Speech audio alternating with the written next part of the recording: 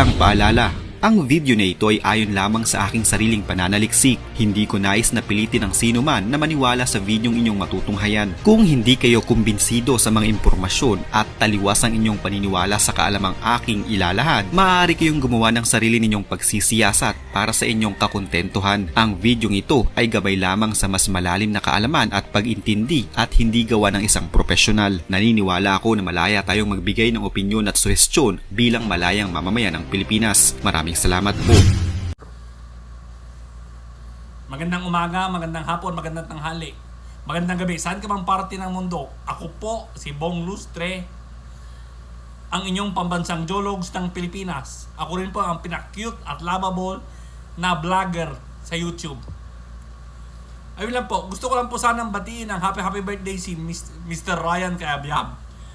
Konting trivia lang po kay Ryan Cayabyab. Pinanganak po siya noong May 4, 1954. Kaya po nagse-celebrate siya ng 70th birthday niya po.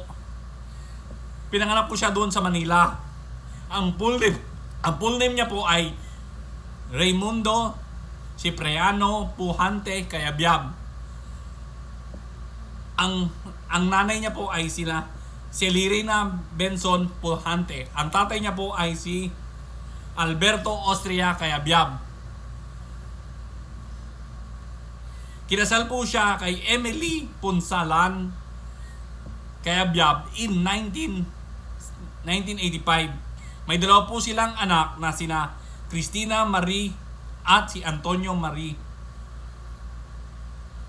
Puro po siyang Katoliko.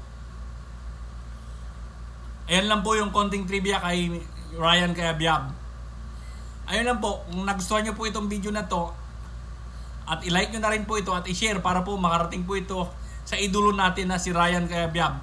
Maraming salamat po and thank you. God bless. Bye-bye.